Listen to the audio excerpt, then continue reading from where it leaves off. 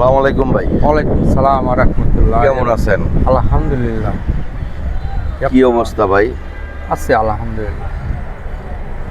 আপনি কি গাড়ি নিয়ে আসছেন? জি, গাড়ি নিয়ে আসছি। কি অবস্থা? আছি আলহামদুলিল্লাহ। ভালো আছেন? আছি টিপটুপ কেরাম হইতাছে? ঠিক হচ্ছে সুখে আলহামদুলিল্লাহ। আমি আমার আকরাম ভাইয়ের কাছ থেকে কিছু ঘটনামূলক কথা আপনাদের কাছে বলতে চাই। সেই কথাগুলো বাস্তবে শুনুন। ভাই, আপনি এখান থেকে মতিঝিল গেলে আপনার ভাড়া কত? ভাড়া আছে 2000 টাকা। 2000 2000 টাকা। 2000 টাকা ভাড়া যদি আপনি পান, তাই আপনার ব্রিজ টোল এবারিছে গ্যাস খরচ কত টাকা যায়? সময় যে জামে টামে পড়ে গেলে কোনো সময় দেখা যাচ্ছে কি যে 600-700 টাকাও খরচ হয়ে যায় যাবে বলে। 2000 টাকা যদি ভাড়া যান, 700 টাকা খরচ গেলে থাকে কত? 1300। ওনার 1300 টাকা ভাড়া থাকে। তারপরে সংসার খরচ কত আছে? সংসার খরচা তো আছে, মোটামুটি ভালোই আছে।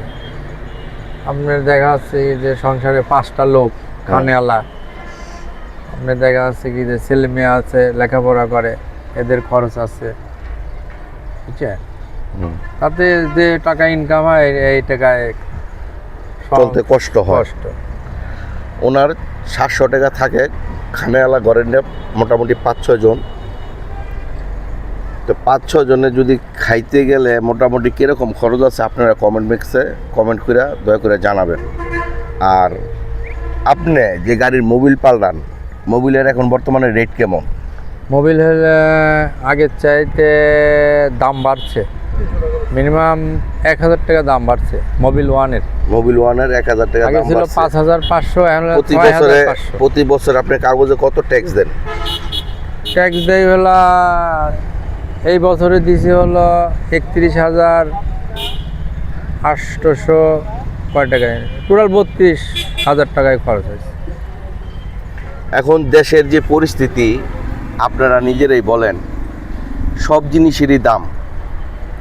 এক বস্তা চাল কিনতে গেলে এখন বর্তমানে 4300 টাকা, 4400 টাকা ভালো চাই। 44,000 টাকায় হয় না, 4400 টাকায় নাকি হয় না? 4800 টাকা। সয়াবিন তেলের দাম বেশি। মোটামুটি এখন সবজির বাজারটা নিয়ন্ত্রণে আছে।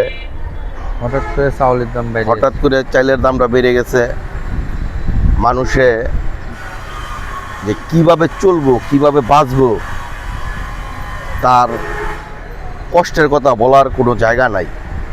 কার কাছে বলবো? আমার কাছে, আপনার কাছে, কারো কাছে বলার কোনো জায়গা নেই। উচিত কথা বলতে গেলেই বিপদ।